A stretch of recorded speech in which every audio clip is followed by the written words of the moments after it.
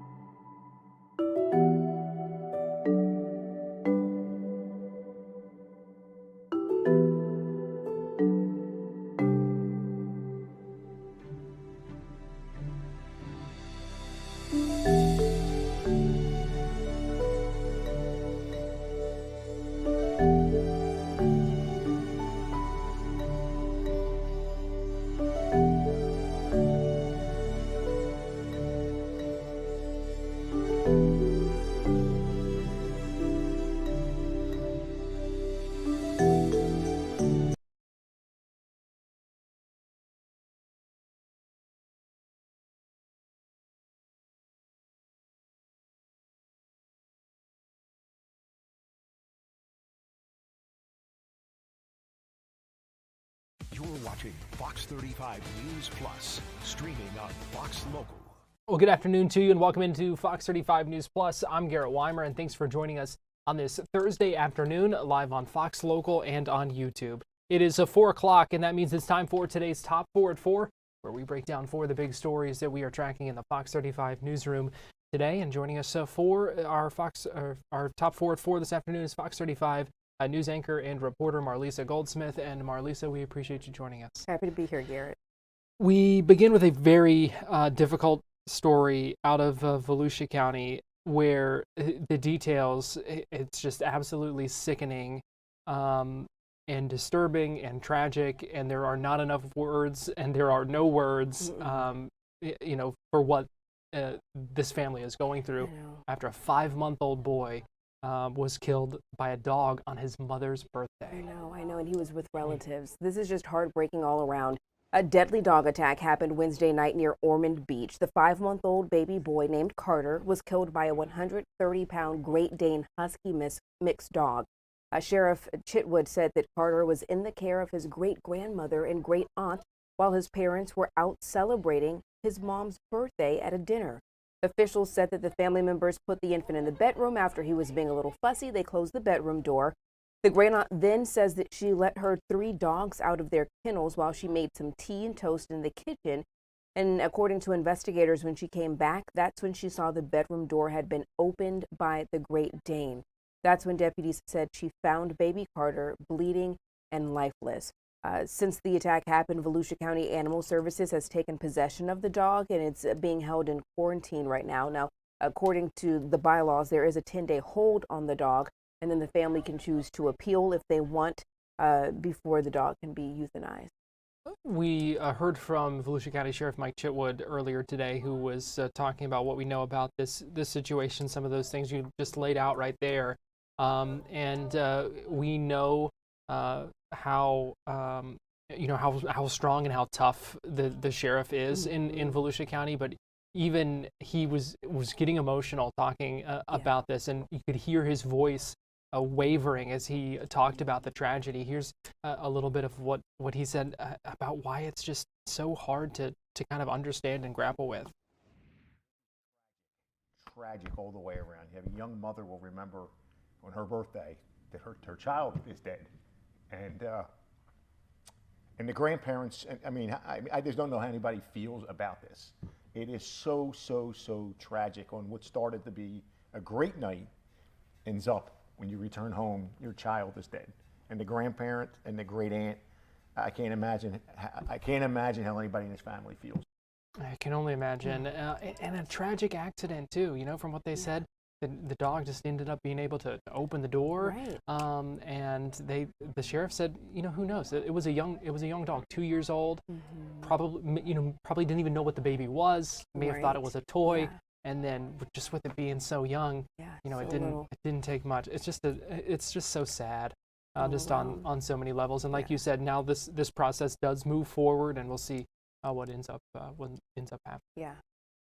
Story number two, and this is a bizarre story out of Eatonville, where police are searching for 4 suspects after homes were shot. Yeah. There was an apparent shootout that happened last night in an Orange County neighborhood park. This happened around 7:40 Tuesday night, in Francis Jerry Park on Campus View Drive and Catherine Avenue in Eatonville. A search is now underway for 4 suspects, as you mentioned, Garrett, following the shootout where police say bullets hit multiple homes. We're still working to confirm how many homes were hit, but according to authorities, no injuries have been reported, but they are continuing to search for those 4 male suspects. And thankfully, no injuries reported, because you see the damage to those walls, and not far from windows. Exactly. I mean, who knows what could have happened if it would have hit, some of those bullets would have hit windows instead of wall. Right, because at 7:40 p.m., presumably people are at home. They're unwinding, possibly getting ready for bed if kids are in the home. Just not a good situation here. Yeah, certainly scary for those homeowners in that area, and I'm sure we're looking for answers. So we know Fox 35's Matt Trezza following up on this, and hope to have an update coming up in just a little bit. Meanwhile, we know that Crew 11 was supposed to launch today, got down to about the final minute, and then ended up having to be scrubbed because of weather. I know you were watching it. I was at home watching it. We cut in on Fox 35 this afternoon. NASA and SpaceX delayed the Crew 11 launch to the ISS at T-1 minute before liftoff due to cloud cover violating weather safety criteria. We got to that around minute mark, and you could hear the person speaking where they said, you know, we have to hold off here because of the weather safety violation. Now, it was supposed to take off at 12:09. The next launch opportunity is scheduled for Friday. That's tomorrow, August 1st at 11:43 a.m. That'll be happening from Launch Pad 39A at the Kennedy Space Center. Crew 11 is supposed to be sending 4 astronauts on a 6-month ISS mission to support scientific research, technology demonstrations, and preparations for future deep space exploration. Yeah, you mentioned the launch tomorrow. Hopefully things will be clear for that. You know, we saw, because just a few minutes before the launch, I think the weather was about 90% go. You couldn't see that cloud. There was a few nothing. minutes It was before. clear, and then just all of a sudden it just crazy. moved in so quickly. And that was one of the things I talked this afternoon with Dr. Don Platt from Florida Institute of Technology, and we talked a little bit about you know, the weather conditions and why they're careful. Obviously, more careful even with something like this, because you're talking crew on board, Right. any manned mission like that, and you want them to be careful. But there have been times, you know, he said they're careful about lightning, because there have been times that they have had a spacecraft struck by lightning, including one of the Apollo missions. Here's what Dr. Platt said about that. Apollo 12, which was the second mission that was supposed to land astronauts on the surface of the moon, was actually struck by lightning soon after it lifted off from its Kennedy Space Center launch pad, and it knocked out a whole series of different circuits, including most of the main power to the vehicle. And famous astronaut Pete Conrad had to think real quick and flip the right switches to get everything back in the right mode. But if something like that happened again, you could have a whole loss of power and loss of computers. And of course, rockets nowadays rely on computers to an even much larger extent than they did back in the Apollo program. Yeah, the last thing you would want would be a computer to be fried or something like that could cause who knows what other kinds of issues. Right. Now, you mentioned the delay, almost a full day that this was pushed back because this was an instantaneous launch, so it had to go off at that specific time. So they have kind of certain windows, and so that was something I talked with Dr. Platt with as well, who gave us a little bit of context about why. It wasn't something that they could just wait a few minutes until that cloud moves away and then see. He talked a little bit about the timeline. Here's what he said. Rockets require a tremendous amount of energy. They're going from basically sitting here on their seaside launch pad to 17,500 miles an hour. And it takes so much energy to get into that position. They can only use that energy in a very short period of time. Now, of course, if they were only interested in getting into space, it may not matter. But they have a very tight connection, if you will, thinking about airplanes, with the International Space Station. And the International Space Station is going around the Earth every 90 minutes, so it's going really fast. And so that means waiting even a few seconds, the space station will have moved so far along in its orbit, there's just not enough energy for this rocket to be able to get the astronauts to be able to connect with the International Space Station. So Crew 11 has already had to wait a while for this flight because of delays, going back to issues with Starliner, all those things, kind of a chain of events. So they'll have to wait a little bit longer, but hopefully that launch we'll see go off tomorrow, and then about a 40-hour flight for them to before they can dock at the ISS. Yes, hopefully. I'll be interested to see if is Laurel joining you for a weather report this afternoon? TJ is. I'll be interested to see what he says about the forecast. We are going to be talking with him about that in just a couple of minutes. So, but first, warm up your singing voice so you can sing "Happy Birthday" to the city of Orlando. Go ahead. Well, I won't be singing. However, happy birthday, Orlando! The city turned 150 degrees. We're still talking about it's hot. I can't even think at this point, Garrett. Turned 150 years old today. The city and its partners decided to partake in a different day of service in each of the city's 6 different districts. They did things like helping seniors, cleaning up neighborhoods, helping fight hunger. You see an image there from the Second Harvest Food Bank of Central Florida, and just really a great way all around to celebrate such a huge milestone for the city beautiful.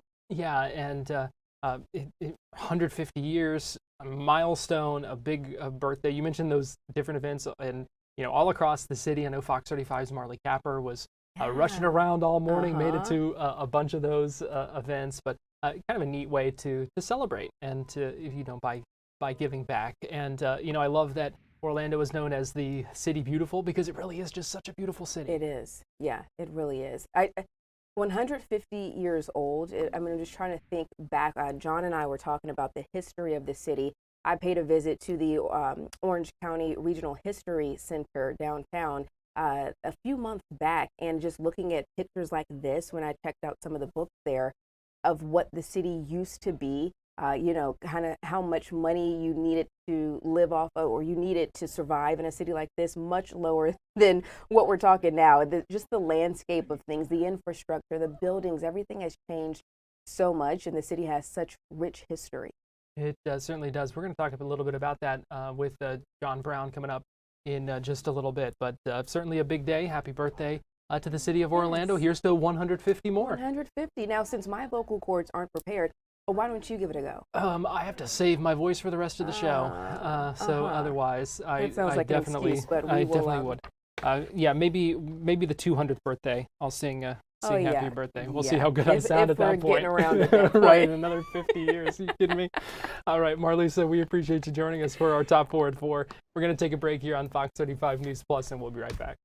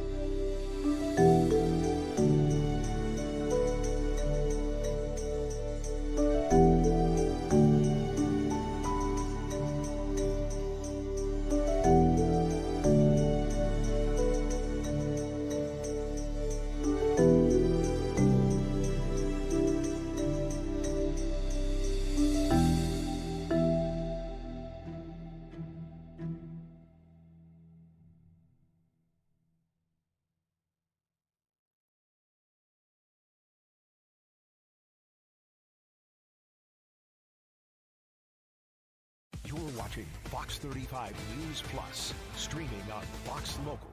Fox 35 Storm Team meteorologist TJ Springer joins me now. And TJ, we've been talking about that launch delayed by weather, and hopefully tomorrow everything will be okay for that.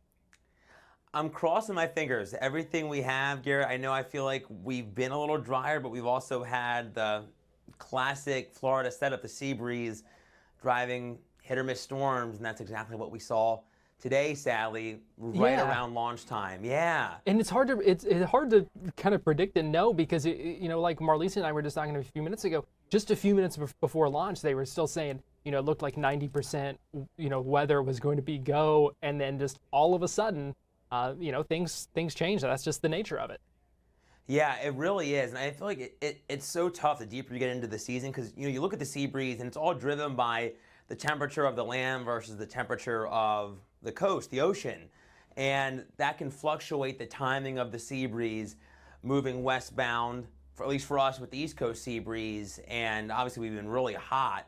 And in turn, I know the temperatures have been slowly warming up in the ocean as well. So between that and I think that just helped get that earlier sea breeze arrival to drive those storm chances a little earlier than typically what we see here in Central Florida.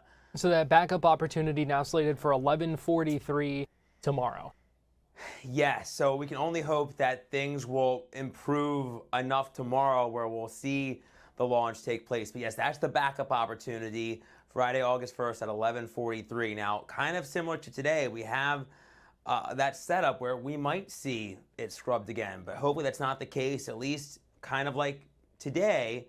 Yesterday, we had that higher chance, and we'll show you that forecast in a moment. But here's kind of the picture, so to speak, of what we saw around noon today when we were expecting this launch to take place. You can see some isolated showers and thunderstorms near the Cape, and this was what caused the launch to get scrubbed. Didn't really have any lightning, but we did have some downpours and some storms that were in progress of forming. So that's what we'll have to watch closely tomorrow, because it looks kind of similar to today, at least in terms of the setup and the temperatures. It's been a hot weather pattern, and we've seen these hit or miss, more isolated showers and thunderstorms developing with the help of that sea breeze and the collision as we progress through the afternoon and evening. Now tomorrow there's an 85% chance of a go for launch per the 45th Squadron, and the concern is clouds and potentially some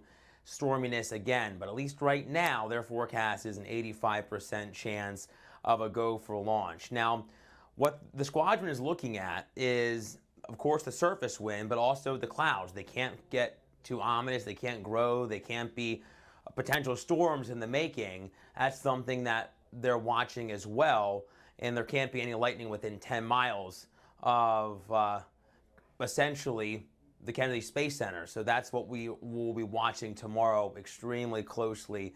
You can see the sea breeze right now. It's gotten west of the Cape, and eventually as it starts to collide with the West Coast sea breeze, the Gulf Coast sea breeze, we will likely see some more hit or miss shower and thunderstorm activity through the remainder of the evening. We've seen a few around Orlando right now. We can see a few closer to Disney, Lake Buena Vista, just to the north and east of Lake Louisa State Park, but really there hasn't been too much, and that's because of this ridge of high pressure parked on top of us. That brings sinking air, but we also have the instability with the help of the humidity, the help of the heat, so it doesn't take much to get a storm to form, but the overall atmosphere isn't really primed for sort of widespread shower and thunderstorm development. Notice how the clouds are moving across the southeast, working clockwise around that ridge. That ridge is still going to be in play tomorrow, but little by little it starts to break down, and we'll see some changes taking shape of a more unsettled, wetter weather developing later in the week. Now,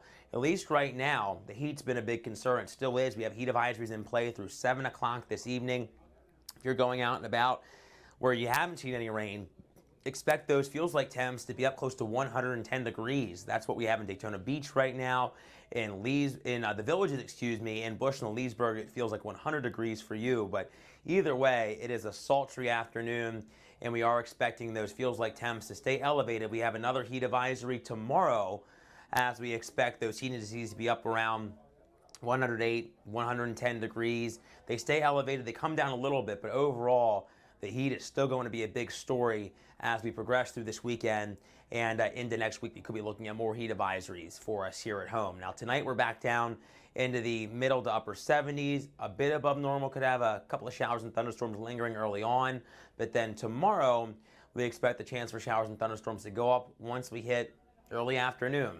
So still kind of close to launch time. We'll be watching that time frame extremely closely, but highs are going to stay above normal, topping out in the mid to even upper 90s, especially inland, slightly cooler, but not by much, near the East Coast beaches. Now, here's our Fox weather model. This is futurecast. So the remainder of the day, you're seeing those isolated showers and thunderstorms as we lose the daytime-driven instability from the heat. We'll see these start to lose their punch, fade away through later this evening, through the wee hours of our Friday. Our Friday commute looks pretty good, actually, but notice the wind. As we head past mid-morning, we start to see that sea breeze trying to develop, and it's looking like we start to see some isolated activity, at least per our Fox weather model, closer to the time that we could be looking at the launch. So it's going to be a tight window, it looks like, once again, but hopefully tomorrow we can see the launch take place without any problems from Mother Nature. But notice a little more widespread of coverage, I think. Some isolated showers and thunderstorms becoming a little more scattered in nature as we head through mid-afternoon tomorrow. So it looks like we could be dodging some downpours for the evening drive. But notice the chance is even higher as we head through the weekend, around 60% Saturday and Sunday. And then Monday and Tuesday, we're watching a boundary slowly sagging into the Sunshine State. So that'll be a focal point for more storms. We start to get into try to get into more of an onshore flow. So with that, we will see showers and thunderstorms, I think a little more widespread, Garrett, early next week. But it's been a hot pattern, and it looks like that's still going to be the theme even through this weekend. I mean, this is the first time in a while, though, that we've actually seen the average, the typical highs, actually in that 7-day forecast, I think. It's crazy, Garrett. I think being away in Mexico, it was actually cooler in Mexico than it is here in Central Florida, which is wild to even think that was the case. But we got off the plane, and I'm like, oh, this is brutal. This is bad. Right. I think we're all ready for a little bit of a cool down, even if it's just a few degrees. We'll take it for now. Yeah, hey, even a Florida cool down is better than anything, than not. So we'll take it. All right, it's a start at least. Fox 35 Storm Team meteorologist TJ Springer, we appreciate you joining us. Thanks, Garrett. I appreciate it. We're going to take a break, and we'll be right back after this.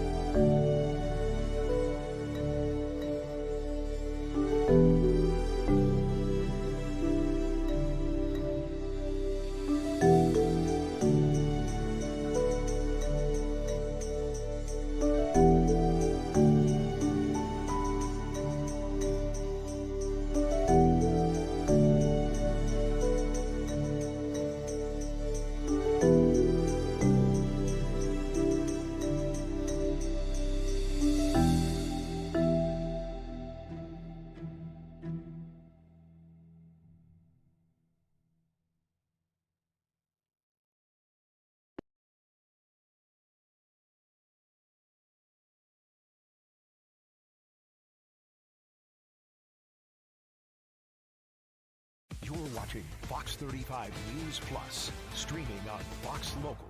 Welcome back into Fox 35 News Plus. Give you a live look over downtown Orlando as it celebrates its 150th birthday today. And joining me live now is Fox 35 News anchor John Brown. And John, I'm going to talk a little bit about the history of Orlando here. Such a great history there. When I was writing my last book, Secret Orlando, I ran into so many secrets here in town. And, you know, for example, one of the best ones is, where do we come up with the name? And the fact is, nobody knows where the name Orlando came from. Really? That's what's fascinating about this one. So it used to be called Jernigan, named after a man named Aaron Jernigan. Moved here in the early 1800s, and somewhere along the way, the name changed to Orlando. So there's 4 theories out there. One is there was a guy who worked for a local judge here. His name was Orlando. And so the story is the judge named the city after Orlando. We know that's not true, because why would a judge name a city after a guy who works for him, right? Makes no sense. Next one is that same guy, Orlando, died while going to Tampa, and he died near downtown. And so they buried him, and people would walk by and say, there lies Orlando. Okay, also not a whole lot of truth behind that one. There's a character in Shakespeare's As You Like It, a play named Orlando. Well, that same judge apparently liked Shakespeare. That was important enough to put in the history books. Why we know that part and not the actual name. And so the character Orlando from the Shakespeare book, they said maybe it was named after that. Well, again, why would that make any sense? Makes no sense. But then the one that makes the most sense is Orlando Reeves. He was killed near downtown during the Seminole Indian Wars. And so there's a plaque downtown that even says this history there, but it's not for sure. But they say it's probably named after him. Bottom line is, no one really knows. And that's the fascinating part about our name. And that's why when you see Jernigan, like at the Orlando Magic Games, Jernigan's restaurant there, named after Aaron Jernigan, and the original name of our city. So again, nobody really knows, but that's how we went from Jernigan to Orlando. Interesting. Yeah. That is really fascinating. Right. And also fascinating that it's lost to history. Yeah. That we will at this point never know. No. And I mean, the theories are out there, and some of them are just silly. And but again, one of those things they didn't think to write down. What's the actual reason why you did this? So no, doesn't even exist out there. Note to anyone creating future, to any Name cities it. in the future, write down why you named Say it. why. Right. Yeah. But also a lot of other interesting aspects. Talk about the 100 lakes. Okay, yeah, so 100 lakes in town, and we know Orlando is the city of lakes. There are lakes everywhere. Okay, so one of the early founding fathers here, the Summerlin family. You see Summerlin Avenue, there's a lot of things named after Summerlin downtown.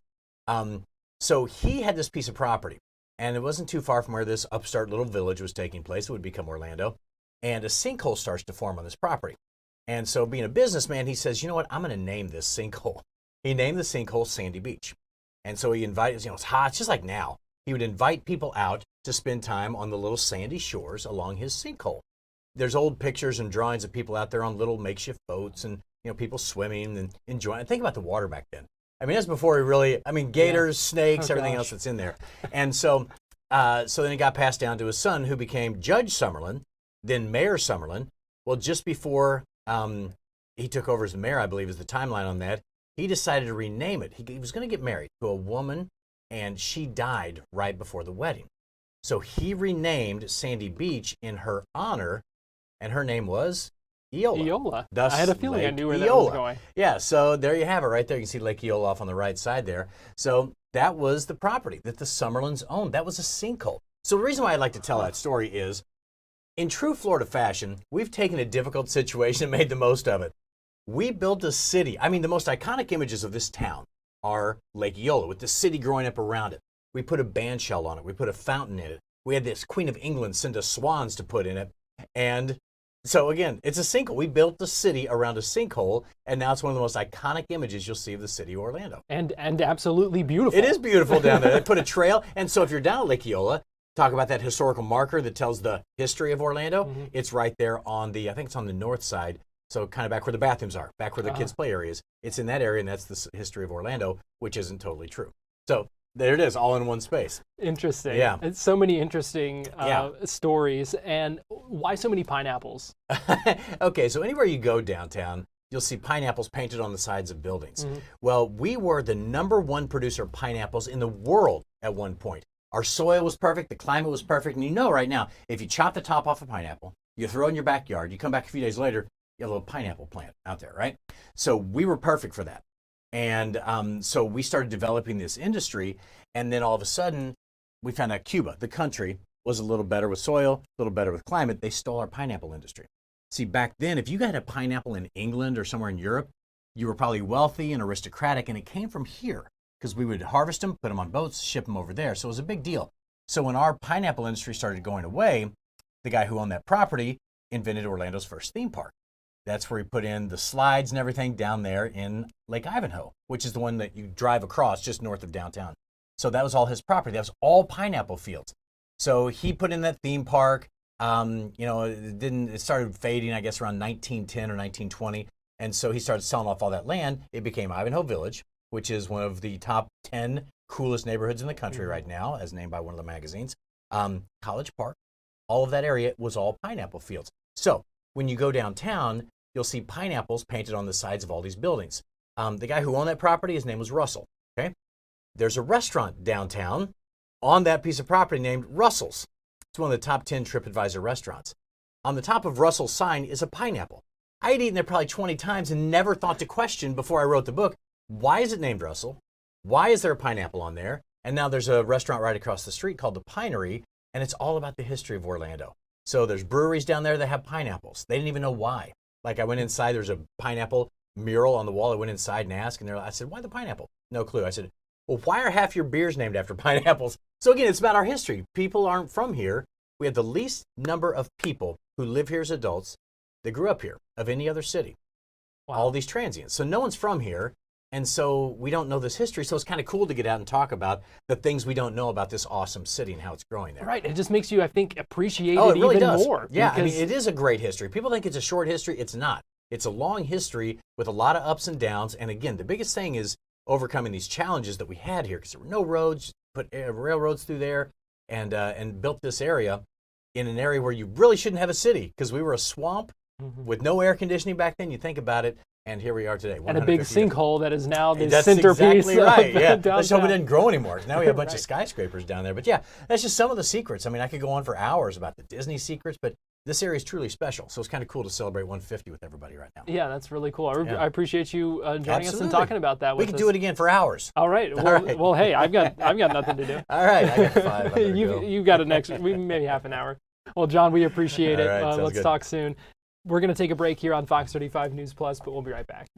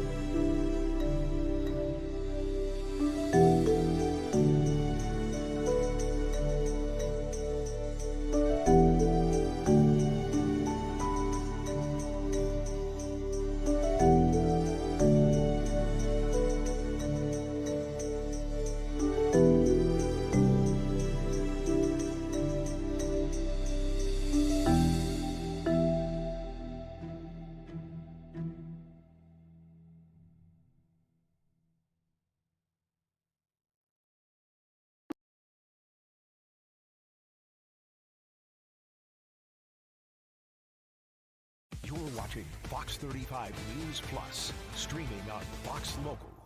Welcome back into Fox 35 News Plus. Give you a live look at the Orlando International Airport. You can see a plane taking off right now, actually, as you see that in the background. Busy travel season right now, and some more changes coming to TSA. And joining us live now to talk about this is Fox 35 News reporter Matt Trezza. And Matt, this could be a game changer for families flying.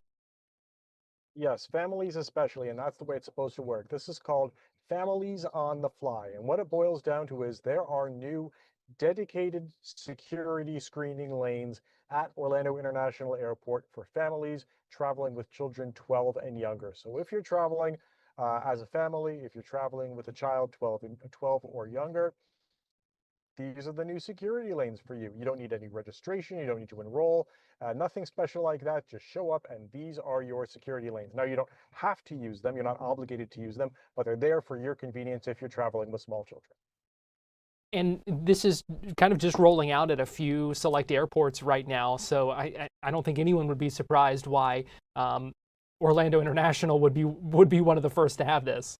Absolutely. I mean, with so many families traveling through this area, being clearly it's one of the most popular airports in Florida. It is one of the most popular airports in the United States, Orlando being America's #1 tourist destination. You have families with small kids coming to the theme parks and the attractions all the time. So this is a special convenience for those kind of families. And right now, Orlando International Airport is it's actually the kind of like the pilot program. It was all kind of started here at MCO, but the other airports that where it launched along with MCO are the Charlotte, Los Angeles, and Honolulu also have airports that have these lanes. You know, we talk about the impacts for people traveling with children, but could also streamline things for folks in the regular line who aren't traveling with children. Yes, absolutely, because this takes that congestion away. So obviously, or not obviously, but to people who travel often, we all know the eye rolling and the sighing that happens among the crowds who are behind the large families because they know that those families, if they're ahead of you in the line, they're going to be there with multiple bags. They're going to be there with perhaps bottles and diapers and formula and toys, and the kids are going to have backpacks and all sorts of things that, potentially do cause some congestion in the line ahead of you. And for all those people traveling, they will now, or hopefully will now enjoy a smoother experience because those folks are going to be channeled over to these new family lanes. Yeah, potentially fewer headaches for everybody, and smoother experience. I think anyone is all for whatever makes going through security at the airport smoother. That is the idea, absolutely. All right, Fox 35's Matt Trezza, we appreciate you joining us and talking about that. Always a pleasure. We are also learning more about a woman who said she's been dealing with some issues with an airline that broke her wheelchair. Fox 35's Marie Ettinger looked into this, and she joins us live now via Zoom. And Marie, if you could talk to us about, to just kind of set up for us the situation here, what happened? Sure. I will not pretend brevity is my forte, but I'll do my best here.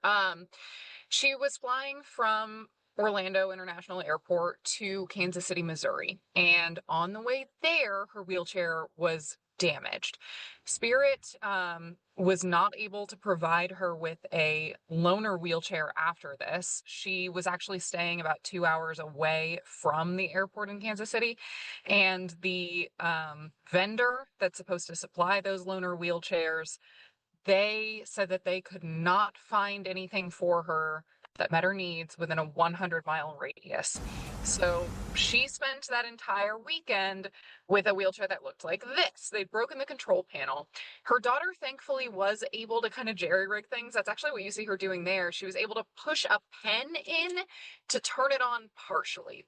So throughout that entire weekend, I believe it's a Thursday to Sunday or Monday trip, she's with a semi-operable wheelchair. It can't lean forward or back. It can only go one speed, and Spirit never gets her a loaner. On the way back to Orlando, her wheelchair goes from partially damaged to all the way broken. It's turning on by itself. It's moving all over the place, like leaning back and forward. It's completely dangerous. It cannot be used. So they're talking with customer service about this, and it's just one headache after another.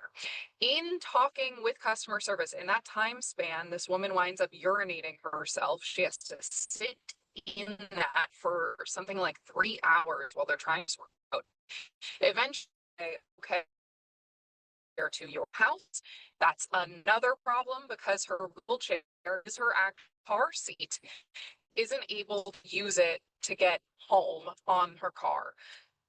It looks like I'm frozen, but I'm just going to keep going until you tell me otherwise. But they find a way to get home. I'm not going to go into detail about that, but I will tell you it was dangerous. It was their only choice.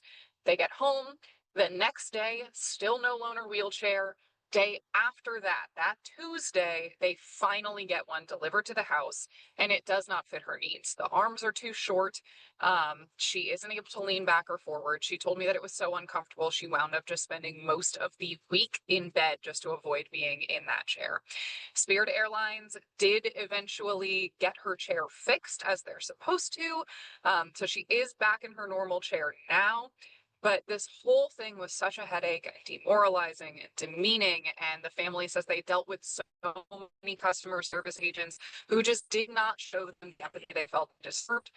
Kicker in all of this is that there are rules kicking into effect tomorrow that would have helped this family. They were supposed to go into effect in January. They were put in place by the Biden administration. The Trump administration, when they took over, decided to put that and many other rules on hold to review them to make sure they aligned with administration's policies. They put them on hold initially until March, and then after that, they delayed them until August 1st. So this family was 2 weeks away from new laws being put in place that would have helped them in this situation. And now they're just asking for more training. They want more empathy from customer service agents, and they say they just don't want this to happen to anybody else. It certainly sounds like a frustrating situation. Marie, when can we see your story on this? That'll be on at 5:30 on the 5:30 this evening. All right, we will look forward to seeing that. Marie, we appreciate you joining us on Fox 35 News Plus. Thanks so much. We're going to take a quick break, and we'll be right back.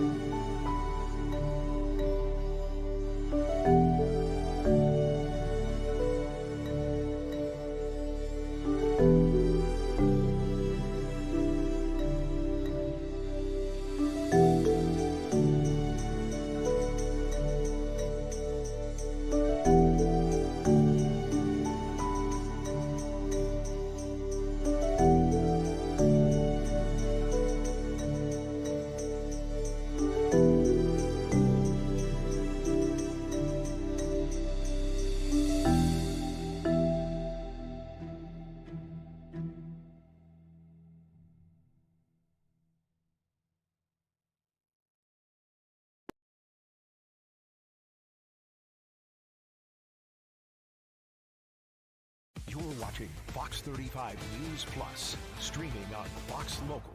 Welcome back into Fox 35 News Plus. I'm Garrett Wymer, and thanks for joining us on this Thursday afternoon, live on Fox Local and on YouTube. A special day in Flagler County as the Sheriff's Office held an awards ceremony with a couple of special, very special awards given out as well. It was a life-saving award given to a 911 call taker and a deputy who saved the life of a young boy during a medical emergency. That boy and his family were in attendance at that ceremony this afternoon at the Flagler County Sheriff's Office. And after that ceremony, we had the chance to speak with the 911 responder, the Flagler County deputy, and the child's mother, who talked about what this all means to them. I came in, the 9-year-old child was not breathing. The dad was doing compressions, just making sure he got the compressions, continuing and not stopping until rescue and deputies were dispatched. How did it make you feel knowing that it was a 9-year-old kid? Oh, my son's 9-year-old, so it was it hit home, but gotta do my job. So my job is to make sure everybody gets dispatched and that kid stays alive, And when you as well as everyone else. And when you found out everything came out okay, how were you feeling? I was so relieved. They told me that he was breathing. He had spontaneous, I forgot what it was called, but his heart was beating, so he had blood flow, and it just made everything so much better. Does that make your job the reason why you do it? Yeah, just knowing that everyone's okay. I was actually on my way out of an area, and I just so happened to look on my computer screen, and I saw a call nearby. I was curious to see what it was, so I clicked on it. First few lines were somebody was unconscious, and they were starting CPR. Being that I was around the corner, I immediately threw on my lights and sirens before I even called in that I was on my way to the event. And by the time I got there, I immediately ran to my trunk, grabbed my AED, ran inside. I saw the father starting his chest compressions, so I had the father continue as I prepared my AED, applied it, and we worked the CPR scene until fire rescue personnel got there. How long have you been in a sheriff's deputy? I'm going on 7 years. Obviously, you run into some crazy situations, stuff like that, but when you see a 9-year-old boy laying there, what was it? Is it intense or is it different? It isn't so different to me, other than there are different features on the AED that you would want to use. However, in the spur of the moment, I just used what I had on hand, and it worked out in the end. Was the parents frantic at all? The father was CPR trained, so he was already in the middle of compressions, and the mother was doing a very good job with her children until more units arrived on scene to assist. When you got there, did you have any emotions? For me, I've been in some crazy situations, but looking at a 9-year-old boy laying there, it's kind of hard to close your mind off. Was it hard for you? Not at all, because for me, every second of that CPR matters. So it was game on as soon as I got there, and I quickly assessed the situation, saw that compressions were being started, and knew the next thing I needed to do was get the AED pads on the child. How important was that AED? Very, because the father had already begun compressions on him. So until the paramedics arrived with their machines and their life support unit, that AED is the lifeline in order to try to restart that heart. So now being recognized, by the sheriff and everybody like that, and your peers, how do you feel? I feel like I'm going to be going in for another day in the job tonight, and life goes on. Getting an award doesn't really seem anything because it's just your job. I'm very happy that the child made it through, and that's the most important aspect of this whole life-saving award, is the other person involved. So this has happened before with yourself? Yeah, so the first time it was in 2023, and once again he was just sitting on the couch watching TV, and he just started making this noise, and he slid down on the couch and he was unconscious. And at that time, I went to go grab my phone to call 911 and it died. So I sent my daughter outside to go get help, and luckily our next door neighbor knew CPR and called 911 for us. And basically the nurses and doctors said that he went into cardiac arrest, and we still don't know what's going on with him. But yeah, so it's been a scary, traumatic thing that goes on. I can only imagine just looking at him, he's like, ugh. Yes. What was going through your brain? Was you panicking? Yeah, the second time I was just thinking he's not going to make it. Like one was all the chance he got, you know, this time he's not going to make it. So it was really scary. It was almost like life stopped and I was living a nightmare. But now you know CPR too. Do you feel more confident? I do feel more confident. My daughter, my oldest daughter, she's 13. She's the one who's basically seen him both times go into this episode. So she got CPR certified as well. So now I feel more confident that if he's anywhere we're not, at least my older daughter's with him and she'll be able to help as well. But I feel like getting that training is so important, and to be able to notice the signs. So the first deputy came in through the door, and he ran right away to the living room, brought the defibrillator. And that for me was finally like a little bit relief, like, okay, now he's gonna get this to kickstart his heart. Let's see what happens next. And then more deputies came, and that was very helpful because now I didn't really have to be the one who was focusing on my children. I knew that they were safe, that they weren't in the way, and it was a big teamwork. It's kind of crazy the aspect of things happen almost in sequence. Yeah. Mm-hmm. How's your son now? Well, he's alive and almost like nothing happened. Unfortunately, we still don't have a diagnosis, and the first time he had a virus that made it seem like that could have been the cause, and this time he didn't. So we're still going through testing and stuff to figure out what's going on with him. But this time he recovered, and I can only say that if the defibrillator hadn't been there right away, or we didn't all know our parts, that it could have been worse. But yeah, he's doing much better. Is he just like a normal kid? Normal kid, like nothing ever happened to him. He reads and writes and talks and plays and runs around like nothing. So now you see the three people up there, the two deputies and the 911 dispatcher getting on board. Is it kind of like, are you appreciative of the law enforcement and then seeing them get recognized, and not only that they saved your son's life, but it's actually they are getting recognized? Yeah. A lot of times, they're very thankful for this job. Yes, exactly. It made it almost like a closure for that day. Like from May until now, it's like that happened, and it was the second time, and it was just like, oh my goodness. But to be here, to be invited here, to see them get recognized, it's like almost replaying the part that they played in that, and to kind of close that moment out. But yeah, it's nice to be able to come here and see them get recognized for their work, because they didn't have to go. They could have chosen another call, or maybe they were too far away, but they heard it and they took action, and it's nice to see that.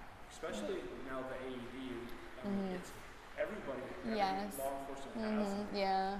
Those are things are lifesaving. Yeah, and my son has one inside now, so he has the ICD. So after everything that happened, he got that placed in. Oh, that's crazy. Yeah. I couldn't even imagine that. Yeah. It's been really traumatic. When he first got out of the hospital, it was impossible to sleep at night. I would constantly check up on him just to make sure he was alive and breathing. That would be the boy's mother telling her story. I can only imagine what she went through. Thankfully, the AED was there. The deputies were there to help. That's why those devices, that training, so important. I'm thankful for those deputies who were honored today for their role in saving that boy's life, and the boy and his family able to be there to meet them as well. We are going to take a quick break here on Fox 35 News Plus, but we'll be right back.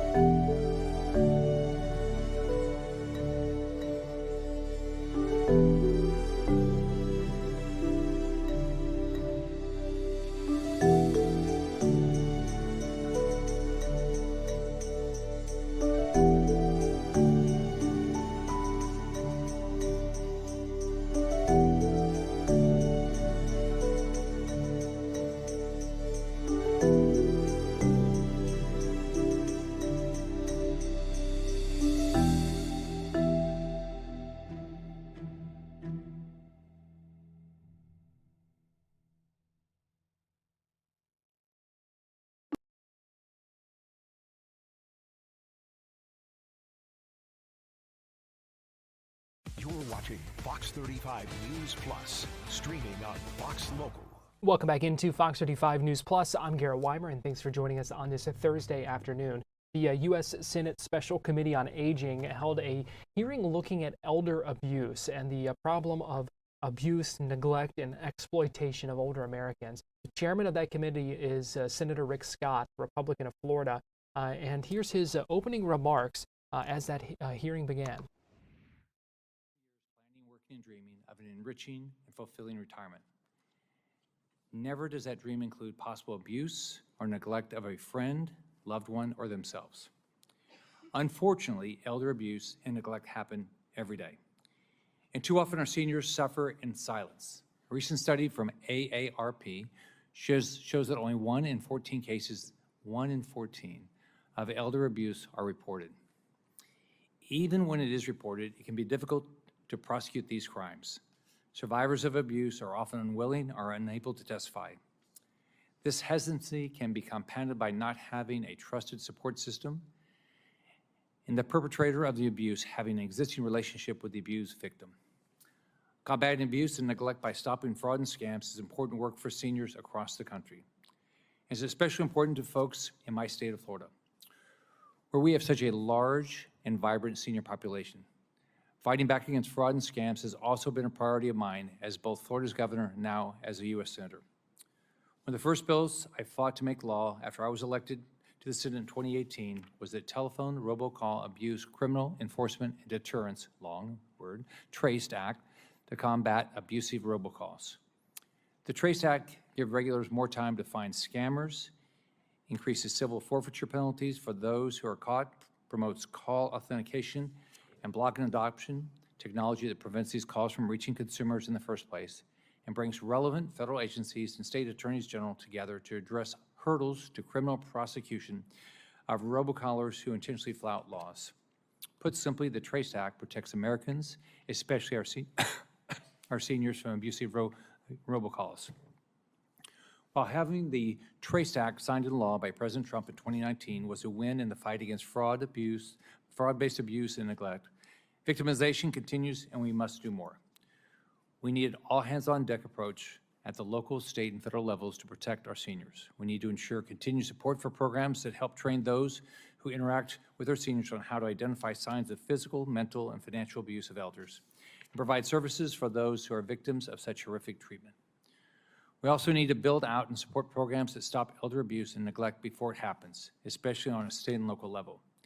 This includes adult day services, transportation services, and meal delivery programs. These programs serve a dual purpose as they help build the necessary trust to create a safe environment for reporting abuse when and if it occurs. Many of these essential programs that work on identifying and preventing elder abuse and neglect are overseen and authorized by the Older Americans Act. For 60 years, the Older Americans Act, known as the OAA, has helped countless seniors through social connection and life-affirming support programs. Over 10 million older Americans are helped by programs covered by the OAA. I'm proud to work with Ranking Member Gillibrand and Health, Education, Labor, and Pensions Chairman Bill Cassidy and Ranking Member Bernie Sanders to lead the fight for the reauthorization of this important piece of legislation, which is a critical tool in our arsenal to fight against abuse and neglect of our elderly population. The OAA supports family caregiving services, the National Center on Elder Abuse, and provides vital legal assistance programs that connect vulnerable seniors with the resources that they need. Also helps support local and home meal delivery services, which not only provide much needed nutritional services, but also serve as a critical touch point for seniors. Interactions like those had with an in-home meal delivery services provider are sometimes the only contact a senior may have with someone who can recognize signs of abuse or neglect. It also builds trust and a sense of connection that may otherwise not exist. Thankfully, we are working with the Trump administration who understand the value of these programs. Health and Human Services Secretary Robert F. Kennedy Jr. recently made a point to highlight how important these in-home meal services are by being the first sitting HHS Secretary to visit and deliver meals himself. I'm grateful we have a leader in the White House and a leader at the Department of Health and Human Services who are prioritizing the safety and health of older Americans, and our partners in this fight to ensure members of our aging community have a healthy and fulfilling life. My hope is that with this hearing, we can draw attention to the people and programs working on the front lines to address this crisis of elder abuse. as well as the victims we are failing if we fail to act. I look forward to hearing from these leaders in the aging support space and gaining knowledge from their experience as we work together to address and stop this crisis in its tracks. It is time now for Fox 35 News at 5. Keep it right here on Fox Local, and happy birthday to the city of Orlando. We'll see you. Right now at 5, Fox